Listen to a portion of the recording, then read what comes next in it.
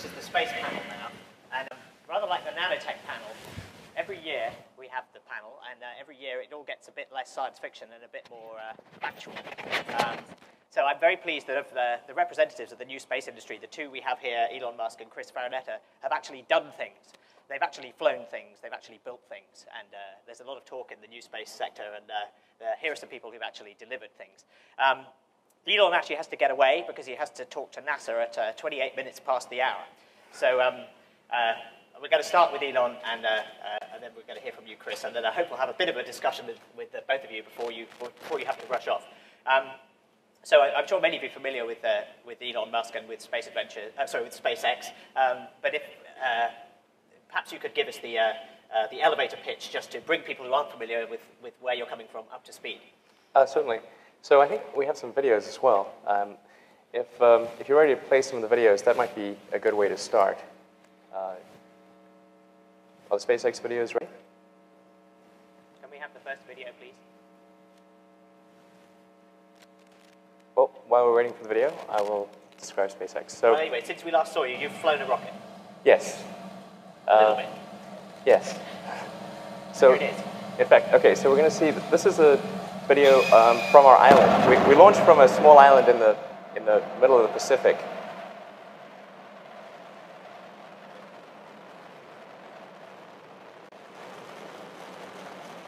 That's the close lift off. Let's switch to the next video.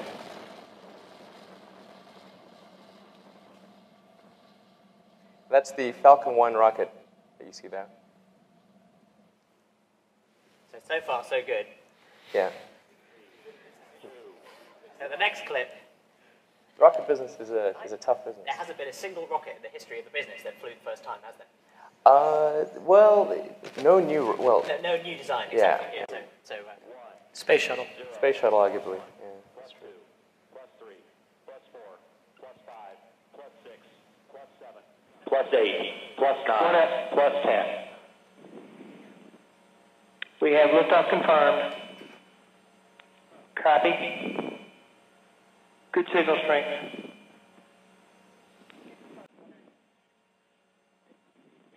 This is the LT on the countdown now. Falcon 1 is airborne at this time. So that video is taken from a nearby island.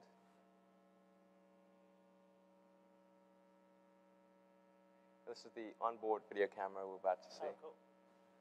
Which is the round trip, actually.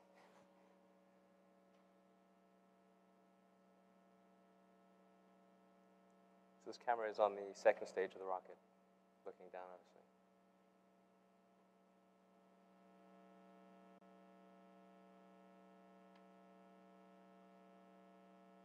You may want to skip forward a few seconds. There we go. Yeah. That's the water deluge system.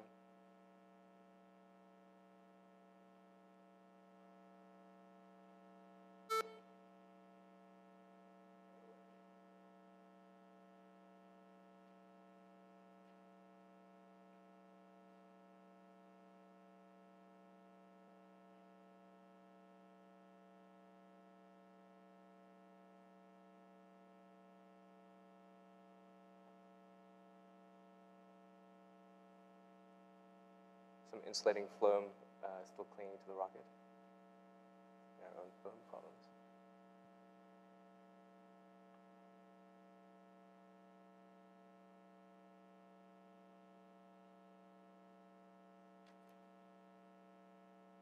Okay, so we can see there's a bit of a problem there.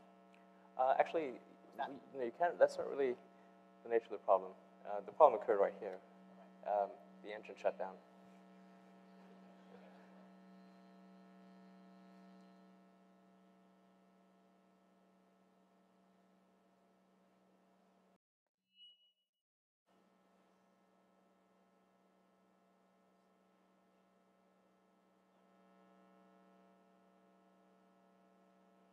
All right.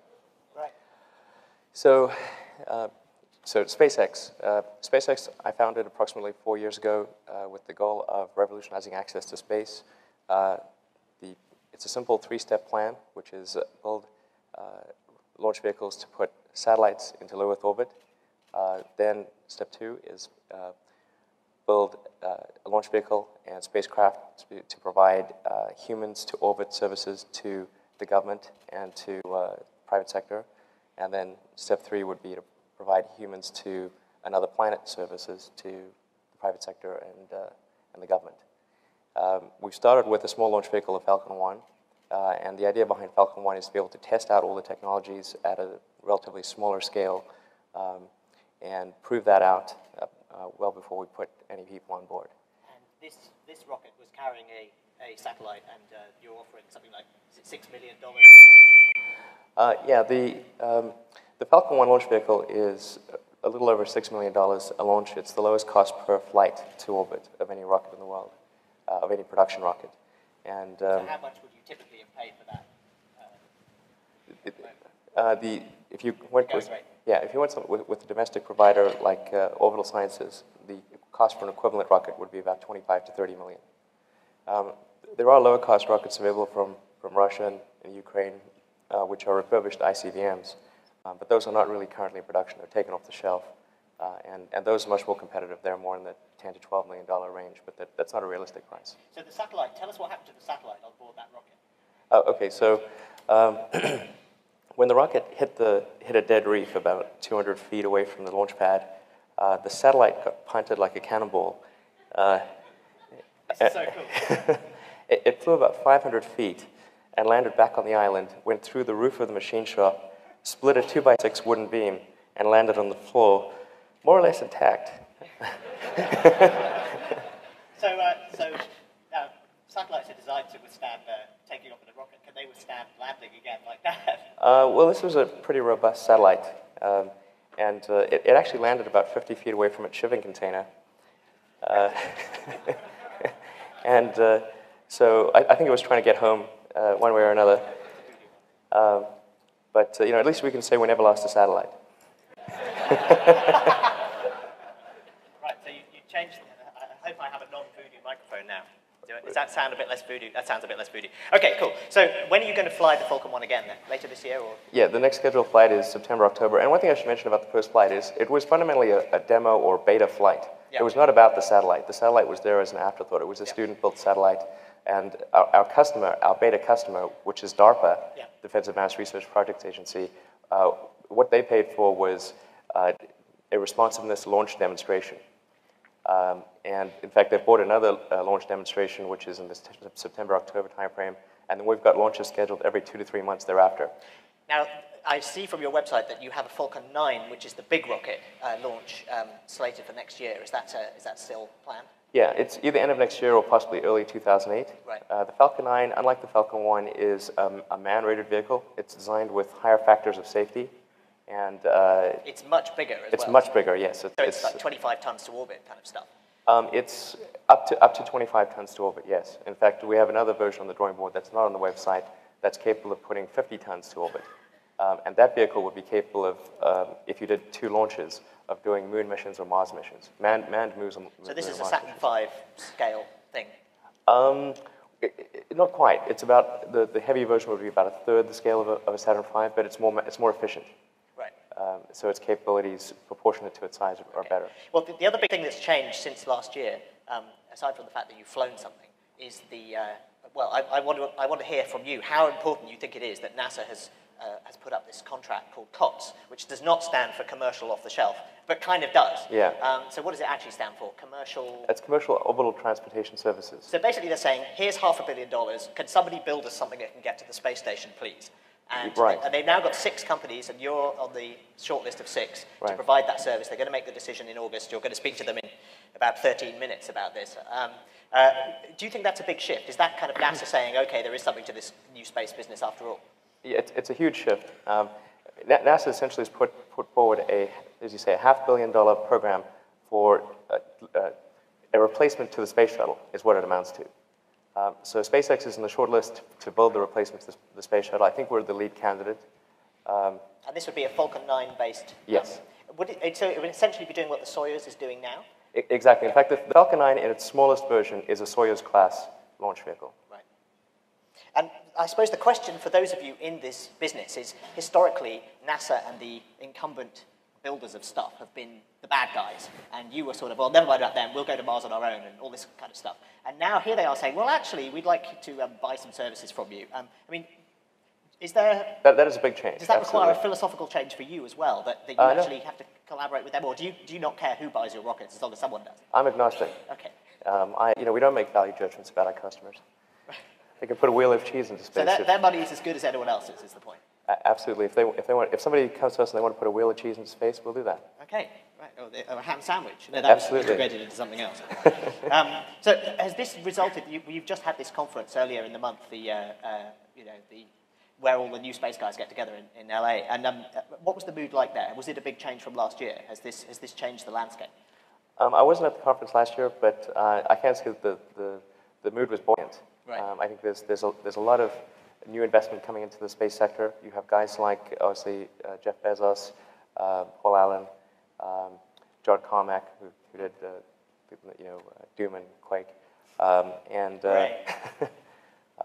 It's hilarious. It's all these .com guys who are using the money. Well, technology guys. I wouldn't say it's technology necessarily. people. Okay. Yeah. So you've made your money in technology, and now this is Right. the new frontier.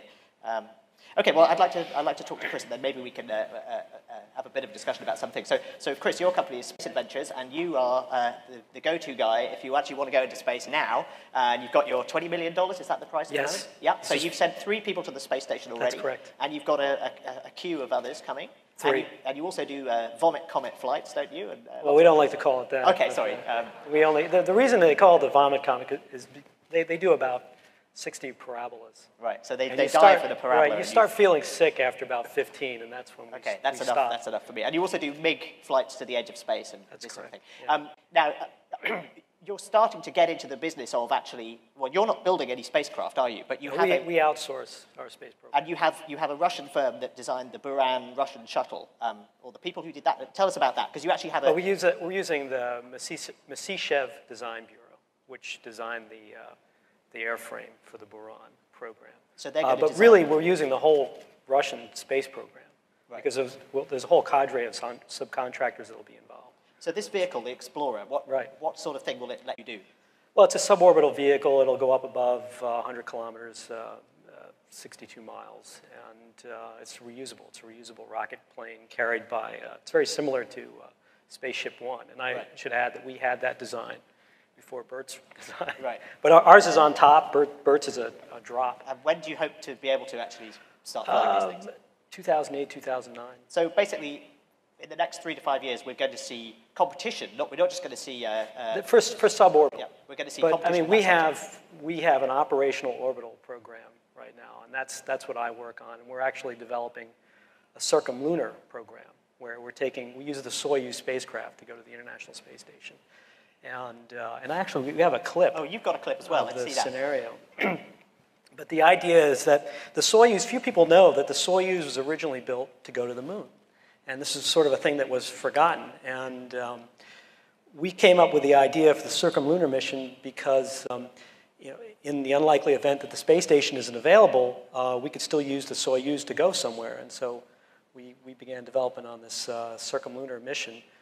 And we have just now, how would that work? Because there are already flights going backwards and forwards to the space station. Can we people cue on that them. video? Can we see the video, please, and we can just talk And, over it? well- But I mean, the point is that those flights are running already, and there are like empty seats that you're putting people in effect. Well, And for the no one's going space to the moon. station, okay, so this is a Soyuz FG launch vehicle. This is a standard launch vehicle in operation right now. I guess the beauty of this mission is that we're using a lot of existing technology.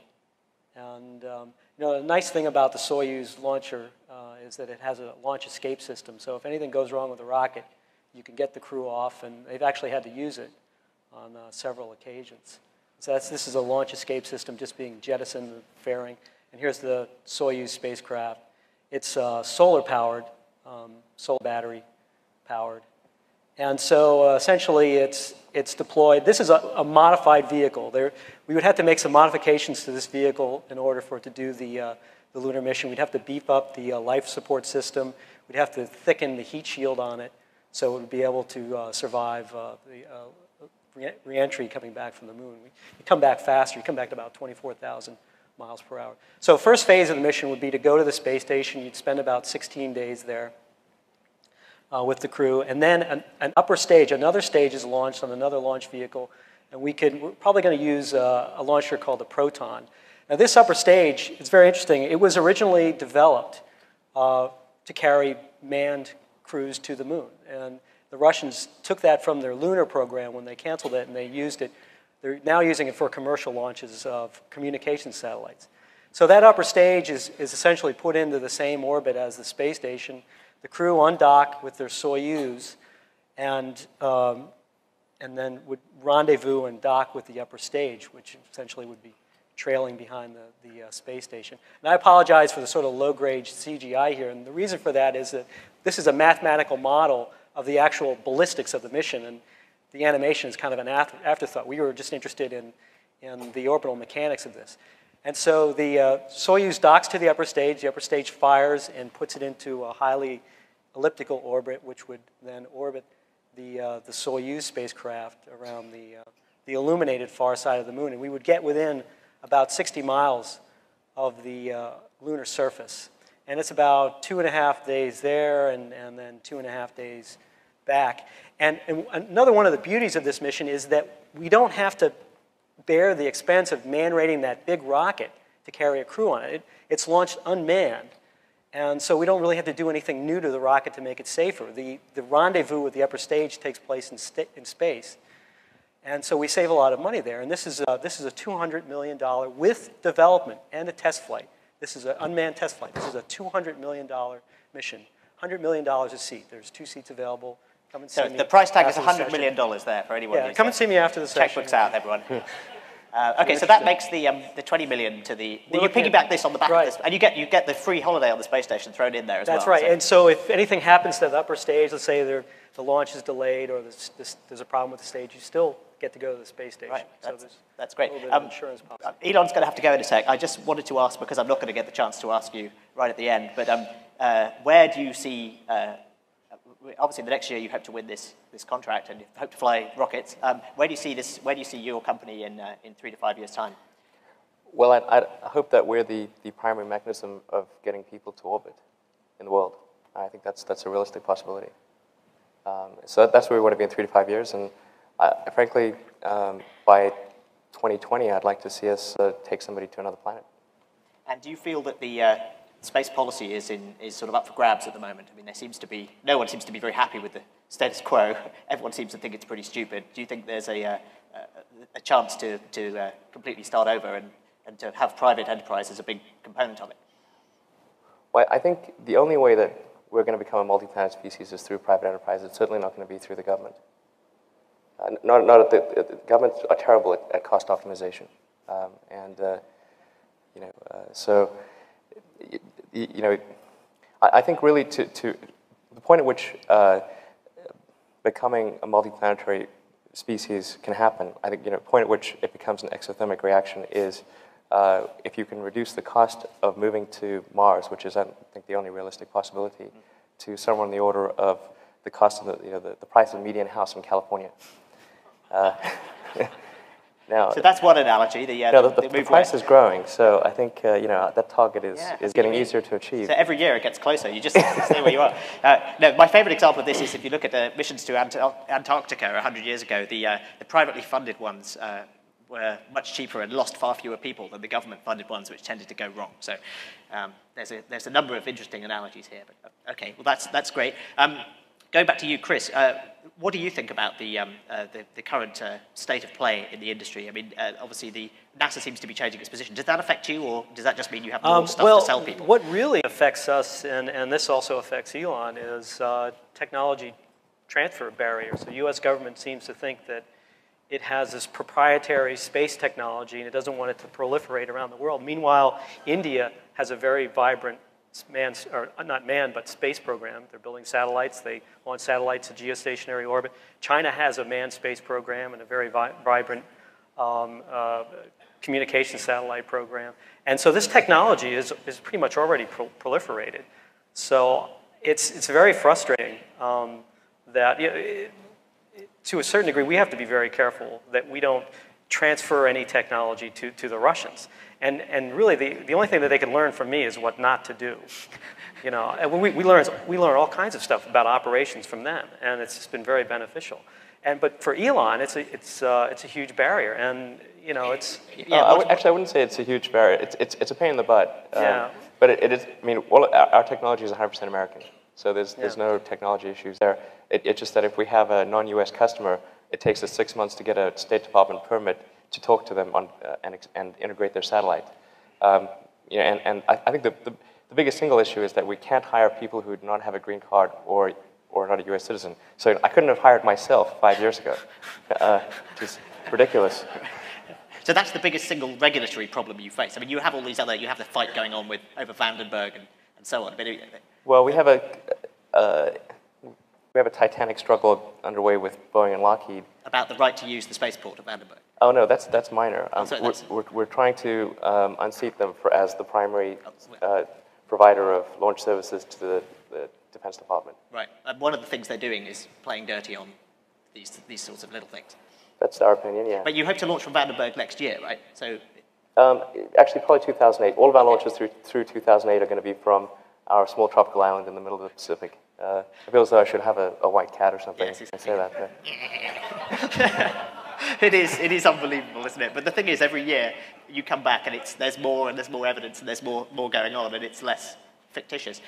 Do you regard this $500 million contract as a prize, by the way? I mean, it's kind of... Well, it's not a prize in the sense that it's all awarded at the end, only after you've achieved everything. It is awarded at milestone points. Right. So it is... but it incentivizes the industry in the same sort of way. Yes, it's not a cost-plus contract like the standard development contract. In fact, there's really two contracts going on. One is the Crew Exploration Vehicle contract, which is what NASA's developing to return to the moon.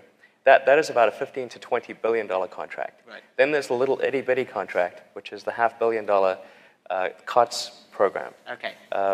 Although it's possible that the COTS program may ultimately trump the Crew Exploration Vehicle program. Because you might get your foot in the door and you can then start to do other things. Yeah, possibly, yeah. Okay. No, it's past. I'm very aware that you need to call someone. So. Yeah, and I need to depart. If anyone has any questions, I'm happy to answer them in the breakout session exactly. later this We've got 3 minutes afternoon. now, so if anyone would like to come and ask Chris anything, he's going to stay up here. But all right. go, make your phone call. Thank you.